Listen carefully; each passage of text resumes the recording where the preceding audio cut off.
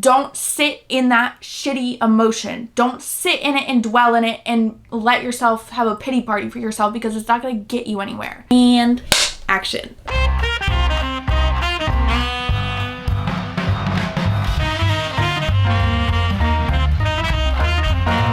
Thank you so much for reporting to duty for the Pretty Princess Command Center episode 56, aka a Princess Diaries entry episode. Oh my goodness. I love Princess Diaries. I think they are so much fun, and I think you guys love them too. So this is your reminder. If you have a diary entry to submit it in the Princess Diary below. It's always in the description of all these videos. If you're listening on Spotify, Apple Music, whatever, it's always in the description. Yeah, I don't know what the theme of the episode is today. I'm thinking that potentially maybe should we start doing like a few days before this episode goes up. I feel like on my Instagram, which if you don't follow me on Instagram, you probably fucking should, because like why would you not be following me there, you know what I mean? I feel like I want to do like little easy questions. Like I like having the big like very personalized diary entries here, but I think I also want to just do like the little, like, I don't know how many words you get on Instagram, but you know what I mean? Like if I ask you guys like, what do you guys want to talk about on Princess Diaries, like next Princess Diaries, so we can have a little bit more like lighthearted, like girl talk, like we're like having a sleepover, and then, you know, once the like night is like getting into it, we can all tell each other our deepest, darkest secrets, and that's what the Princess Diary is for. But I feel like starting it out lighthearted would be a little bit more fun. Let me know your guys' thoughts, feelings, opinions. And yeah, let me know if I should do that, because I think that would be really fun. Like, I just feel like it's going to be, because like when I start these, it's like, do we just jump right into it? Do we hang out? Like, do you guys even know me? Like, do you hang out with me on the vlog channel anywhere else? Or like, are you just here for the command center? Like, what do you want from me? You know what I'm saying? So anyway, with that being said, let's just hop straight into the diary. I'm so excited because we haven't gotten into the diary for quite some time. So we will go ahead and start out with Princess Diary entry number 54. Oh, wait, pause. As always, if you want to become an official Pretty Princess and join the Command Center, all you have to do is subscribe. So now we could get into the diary, okay? So Princess Diary entry number 54 says, Dear Diary, I just finished finals. I had a plan to use this 1 month break to start my journey in becoming the best version of myself. However, I stood up to my mom and she kicked me out. Though I am in her house, she gives me the silent treatment glares nasty tone. I know I am supposed to get a job, but I'm having a hard time getting out of my comfort zone. Although I am doing what I said to do to lose weight, the environment that I am in and the low support I have is affecting me every day. I think I know what I need to do, but hearing it from someone else also reassures me. I want to become a different and better version of me, but I'm feeling lost, stuck, and bad about my career and personal life. Okay, let me just make sure that I'm tracking. I believe either you said that you got kicked out, and this is like metaphorically, like your mom like kicked her out of, you know, like your, like her vibes. Two, I'm proud of you for standing up to your mom, because I know that's not always easy. Like my mom and I have a pretty good relationship, but there have been a few times where I'm kind of like, hey, like I'm a fucking person too. Like yes, I'm your daughter, but at the end of the day, like I'm a person first. Like I'm my own person first, and I am your daughter second. Just like you're your own person first and you're my mom second. Like I don't care. At the end of the fucking day, we're all grown, okay? So let's have a grown fucking conversation. So I get that can be kind of hard. But yeah, so you're either mean that like she kicked you out like metaphorically, like she just like doesn't vibe with you right now, or she kicked you out and you still live there. Because you said, though I am in her house, she gives me the silent treatment glares nasty tone. First and foremost, I'm sorry, but that's just like, obviously I don't know the extent of your situation. I really can't speak on it like I know it, because I don't, but I can only speak on what you've told me. It's giving immature. It's just giving like, why are we doing that? Why are we acting like a fucking 5-year-old who somebody took their toy in the sandbox? You know what I'm saying? Like, grow the fuck up. If you guys have a, like, I'm not saying this to you, but like, the opinion, the vibes I would give you if I was your friend, I would be like, and your mom was doing that shit, like, I would be like, your mom's like grown enough to know better. Like, what is that doing? It's not doing anything. Giving you nasty glares and like being rude to you, like that's not helping the situation at all. She just obviously is feeling like a little bit of like resentment or just like irritation, and she's taking it out on you. So yeah, maybe like you did something that she doesn't agree with, but at the end of the day, that doesn't give her permission to treat you like this. However, I will say you can either take this situation and sit in it and let it affect you and let it make you feel sad and let it not push you, or you could take this situation and you could be like, wow, I can't wait to fucking get out of this, so I need to do everything in my power to get the fuck out. And I know that it's hard. Trust me when I say I know that it's hard. I currently live with my father. My father and I do not fucking get along at all. We have there's a whole fucking backstory that I'm not even gonna get into ever, right? I can't fucking stand it. And I go through these same things. So just like, I'm gonna like lose my fucking mind. Like, I'm gonna lose my shit. Like, holy crap, what the fuck is going on? But then I just remember, I'm like, but if I fall victim to those emotions, if I let myself fall victim to the mindset of like, oh, like it just sucks and like I just can't fucking stand it and I just feel like I can never do anything right. If I fall victim to that mindset, it's not going to get me out of the situation that I'm trying to get out of. It's not going to get me out of the situation that I'm having a hard time dealing with. It's going to just keep perpetuating my stay there. It's going to extend my stay there. Why would I do that? I wouldn't. It's hard. It's very hard. It's hard to feel those feelings. Know that like you don't have a good relationship with a parent, and know that you guys are just constantly like this and there's constantly negative tension going on and there's just negative vibes, bad tension, just like passive aggressive, immature behavior. It sucks to have that and to literally have to share a physical living environment with it. One, I'm not saying this to whatever, but like at the end of the day, you have a place to live. Be fucking grateful. You could be not living there right now, right? You're living there, I'm assuming. I mean, if I have this all wrong, I'm sorry, but like I'm going off of what I'm assuming based on what you told me. Okay? You have somewhere to live. Sure. Is it a shitty situation? Yeah. At the end of the day, this is where you put your head down to go to sleep, to recharge, to take another step forward the next day, right? That's all it is. Stop putting emotions in a situation that's purely logical. If you take the emotions out of the situation, be like, okay, I live with somebody who is treating me like a roommate and is being a bad roommate back to me. Okay, great. But this is where I live. This is my situation. There's not anything I can do about this situation physically right now. So all I can do is I can put my head down, I can lock the fuck in, and I can get myself out, okay? So, I would really, if I was your friend, I would tell you to focus on that goal first. Like, yeah, get a job so you could get the fuck out. And I know it's not like, got a job now, I can move out. I know, like, fucking rent's expensive. I get it. But like, you said you're having I'm supposed to get a job, but I'm having a hard time getting out of my comfort zone. You're not comfortable where you are. You are not comfortable where you are. It's just familiar. That's why you like it there, because it's familiar. Like, you're in your house, your mom's there. You're not fucking with how your mom's treating you. You're not vibing with living here in this situation, but it's familiar, so you think it's comfortable. This is not your comfort zone. This is you being like, literally your comfort zone is having like you're playing like the floor is lava, right? And like by the second the lava keeps rising and rising and rising, you're like, yeah, no, like I'm still comfortable here. Like I can't leave my comfort zone. Meanwhile, you're fucking like drowning in lava. Like, are you joking?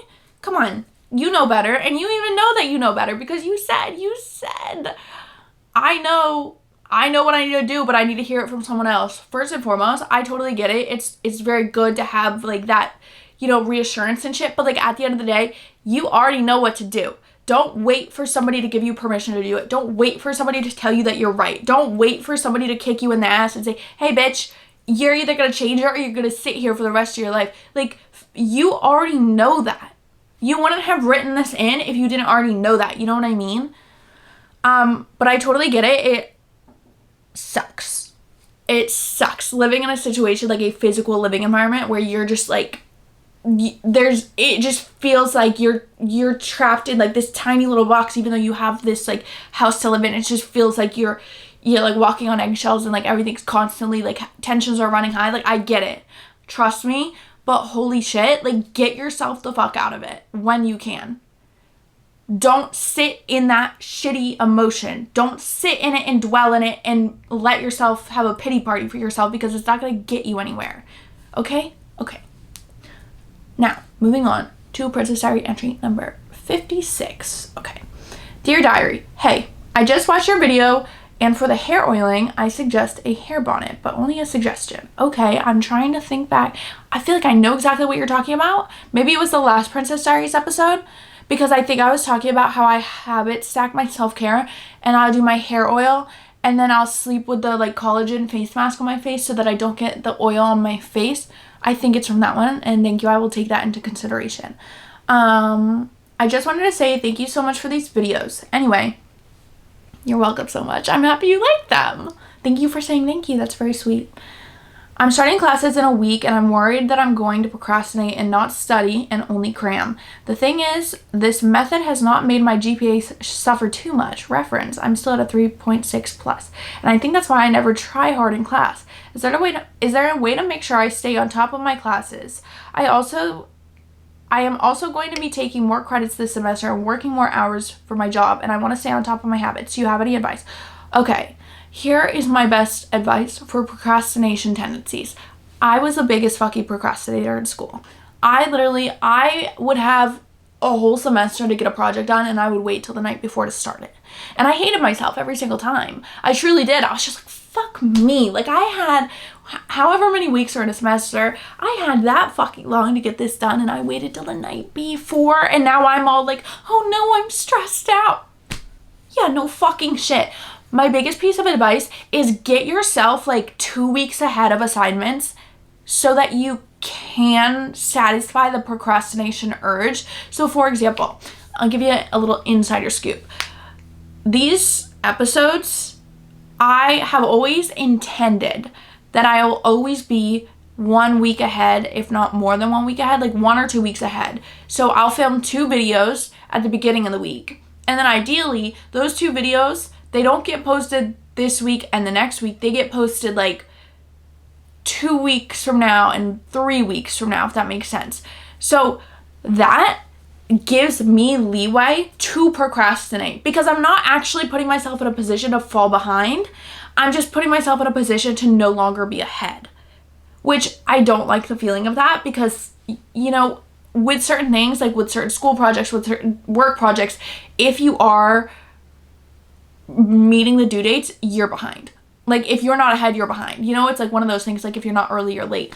But I think for as much as you can, like if you know you have a paper due at the end of the month, write that paper now, get it done now. Like pretend the due date is today.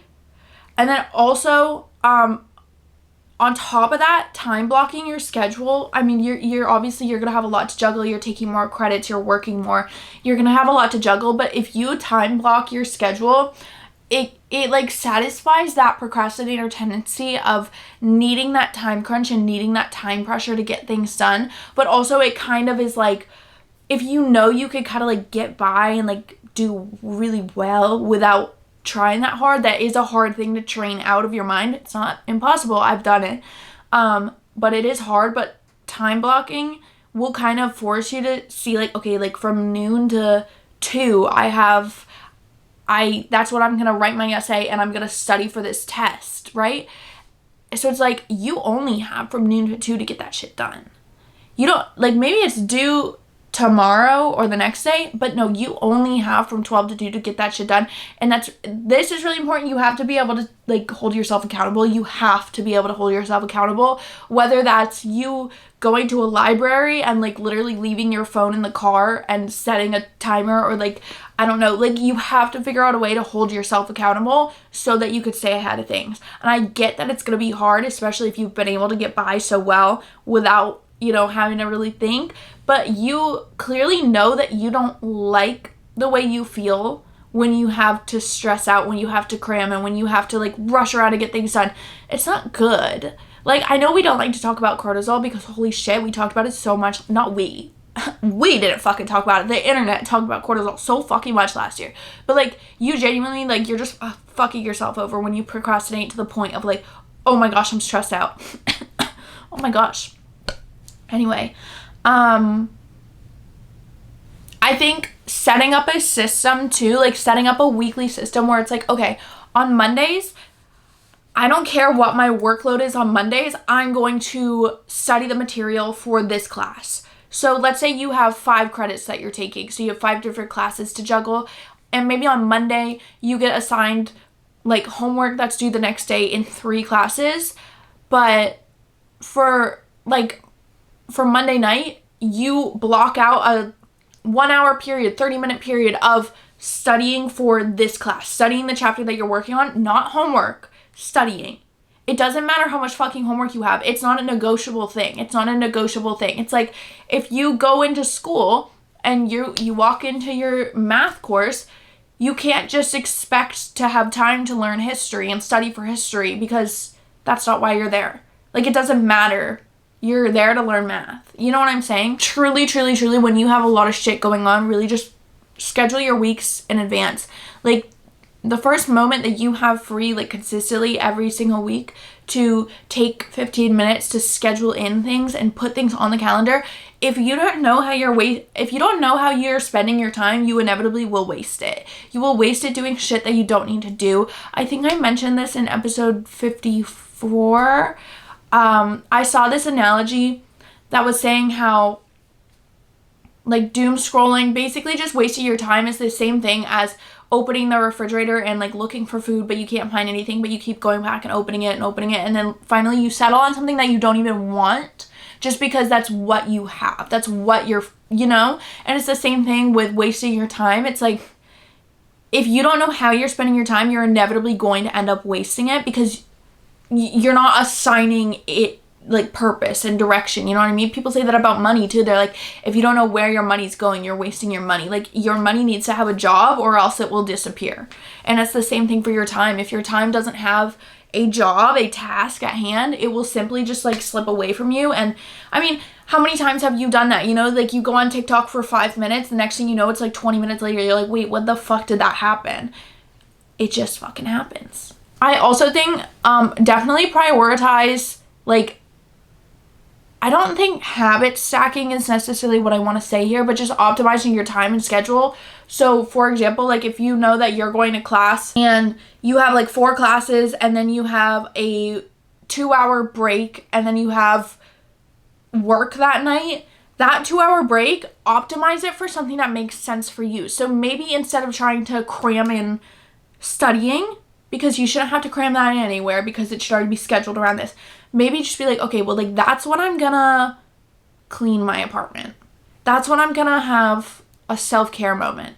That's when I'm gonna do this. Like, you need to assign jobs for the time in your schedule, or else you're literally just gonna feel like, what the fuck is going on? But I totally understand your logic of like, I've gotten this far. I have a pretty good GPA, and like, I cram and I procrastinate. Like, I get that logic. I used to be exactly like that. And then I got out of school and realized that doesn't necessarily work in at least my line of work. It does not. We can't be acting like that. Third and final entry of the episode is entry number 52. And it says, "Dear Diary, I don't know how to show up for my friend. My best friend recently went through a breakup, and it made me realize how little I know about her feelings. All this time I had been justifying being on the outside because it's her choice to share, right? But I have no idea how to nurture that friendship and be there for her, because she always says she doesn't know her emotions herself and clams up when I ask. That being said, we are childhood friends and are pretty close despite it. So I know she's not opening up to me, not because our relationship needs mending." Wait, I'm sorry, I think I read that wrong. "That being said, we are childhood friends and are pretty close despite it, so I know she's not opening up to me, not because our relationship needs mending." Oh, okay, I got it. "I don't know how to be there for her more than just superficially or make things better." Okay, this is really sweet. Like, I'm like, I want to be your friend. Like, you're thinking that much about your friend and like how to be a better friend. I love that. One, I think you should just give yourself a little pat on the back right now. Just know, like, you're a great fucking friend. Like, hello. You literally wrote this in. Like, clearly this is something that like is weighing on you, and you're like, wait, like, I feel like I need to be a better friend for you. That's really sweet. So give yourself that pat on the back, first of all. Second of all, I think from what I would think is, like, I think you're absolutely right in that justification of, well, she'll talk about it if she wants to. Like, I don't want to pry. But I think just if you maybe start getting a little bit more intentional about checking in with her every week, and I don't know when you wrote this in, I'm sorry. So I don't know how recent the breakup was in regards to when this episode is coming out. But I think just being able to check on her and just being able to text her every so often, just be like, hey, like, how are you doing? And I know that sounds so, like, superficial, I guess, but honestly, if you do it in a way, like, I know that you know the dynamic of your friendship. Like, my friend and I, like, we don't really check in on each other like that. My best friend, we kind of just, I know the patterns of my best friend, and I'm sure she knows mine too, that I'm not even aware of, but, like, I know the pattern with my best friend is, like, when she's having, like, a really shitty week at work, I don't hear from her for, like, 7 days. And is it annoying? Yeah. But, like, at the end of the day, like, she's clearly dealing with shit. You know what I mean? So it's like, even if I'm reaching out, like, that's just how she needs to deal with it. Like, even if I'm reaching out and being like, hey, I miss you, like, oh, XYZ, like, oh, let me share this, let me share that, like, she just needs that space and time, and she'll come back at the end of those 7 days and be like, hey, had the shittiest week ever, sorry, miss you, let's talk soon. And I could either take that personal and I could look at it like, oh, like, she's being a bad friend, like, I don't like, you know, or I could just realize, like, that's how she needs to deal with this. Like, I need to not be selfish and not make this about me right now. That's how she needs to deal with it, and here we are. And I'm okay with that, and she's okay with that, and we have had moments in our friendship before where that's gone on for a really long time, and I've had to be like, hey, remember me, I'm your friend, like, what the fuck? And we talk about it and we resolve it, you know what I'm saying? I feel like maybe if you made intentional plans with her, like, maybe like maybe you make, like, a little Valentine's Day date with her, and you guys watch rom-coms that won't make her extra sad about her breakup. I don't know if rom-coms are a good move, but, like, you know, like, just watch movies that are gonna make you feel good about, just, you know, be there for her in a way that you know she would appreciate. Don't be there for her in a way that you would appreciate. Do it in a way that you know she would. So, for example, the best way I could be there for my friend is when she has one of those weeks and when she takes 10 days off from communication, I can just be there to listen when she comes back, instead of being like, well, fuck you, like, I needed you too, like, da-da-da-da, you know, because it's like, at the end of the day, we've been best friends for so long, just like you and yours have. Like, I know how she functions, she knows how I function, it is what it is. But yeah, I would just set up little, like, intentional dates, or, like, maybe, like, start something new together. Like, I think that's a really fun thing to do. And I mean, like, yeah, your childhood friends, like, you have a long history of friendship, so I feel like it'd be fun to both, like, start something new together. Like, maybe it's a workout class, maybe it's a hobby, maybe like, start a fucking podcast together, like, do something fun, like, do an annual, like, maybe once a month you guys go out for happy hour and you dress to the nines and you go to your favorite, like, hotel lobby bar or whatever, you know, just get something, like, consistent, so you guys are consistently kind of doing something that you're looking forward to, so it doesn't necessarily just feel like, oh, hey, like, yeah, we're just best friends and, like, we're basically sisters at this point, so we don't really have to, like, put that much time and effort into each other. I feel like it's kind of like the same thing with regular relationships, right? Like, romantic relationships, it's like, if you don't keep dating the person that you're with, like, inevitably, like, when you move in together, like, it's gonna feel like your roommates that, like, kiss, but, like, you need to keep dating your partner, just so, like, you need to keep going on friend dates and, like, upholding the friendship more than just being people that could communicate with each other. Like, my other group of friends, we literally just had dinner on Saturday night, this past Saturday, for the first time in literally 3 months. And I was like, I don't know, like, we can never do that again, guys. Like, this needs to be, like, we need to see each other at least once a month. I don't mind only seeing my friends once a month. Like, all my friends and I, like, we're busy. Like, we have our schedules locked and loaded. Like, we got shit to do. I cannot go that long. And I told him that. I was like, I can't do that again. Like, I don't give a fuck what we do. Like, we could literally all meet up in the Walmart parking lot, like we're in high school, and, like, sit in the car and listen to music. Like, I don't give a fuck what we do. We need to make sure we're seeing each other at least once a month, okay? Like, please. But yeah, I don't think necessarily, like, she just doesn't seem like the type of person that really wants to talk about her feelings. I don't necessarily think, like you said, like, it's not, she's not telling you because of the friendship or because of you. It's just, like, even when she says, she's like, well, I don't even fucking know what I'm feeling, so, like, how could I tell you about it, you know? I just feel like maybe be a more intentional friend. Like, and I'm not saying you're not, don't worry, but, like, I feel like you are the most intentional friend. Like, holy shit, you literally wrote this in. But yeah, just being very intentional, and I don't know, because, like, if I sent my friend, like, a gift, like, she'd be like, what the fuck? Like, my best friend and I, like, we don't hug. I don't hug any of my friends. Like, and if one of my friends was like, oh, like, give me a hug, like, how are you doing? I'd be like, what the fuck are you doing? Like, get off of me. You know, we're just like, that's just like how my friendships are. So don't do anything new in like a weird, like, we've never done this, why are we doing this now type of way, but make it like, hey, like, this is what we're gonna start doing on the 30th or the 31st or the 28th. We're gonna do this on the last day of every month. Like block your schedule, block your calendar, and if it can't work on that specific day every single month, like at the beginning of the month, we're gonna plan that out at the end of the month. Or like maybe like once a quarter, you guys go on like literally a overnight trip in your town. You guys stay at a hotel, like split the cost of the hotel and get room service and watch your favorite movies or something. You know what I mean? Just like maybe just bring the excitement back into the friendship, I guess. It sounds like kind of weird to be talking about that with friendships, but it's true. Like friendships do need that little like revamp, because like they do get like kind of boring and stale if you don't keep them up like that, you know? You can't just, I mean, like, I love nothing more than literally like sitting on the couch and rotting away with all my friends when we hang out. Like we'll get takeout food, we'll play some video games, we'll just talk, we'll scroll, we'll laugh, and then we go home. Like I love that so much. But if I saw my friends more than once a month, like if that was what we were doing every single weekend, I would be like, okay guys, like we gotta wrap it up. Like what the fuck are we doing here? But yeah, I just feel like you guys know your relationship the best. I feel like I don't think it's that you don't know how to show up for your friend. I think it's that like you can't show up for your friend in these situations the way that you could show up for other people.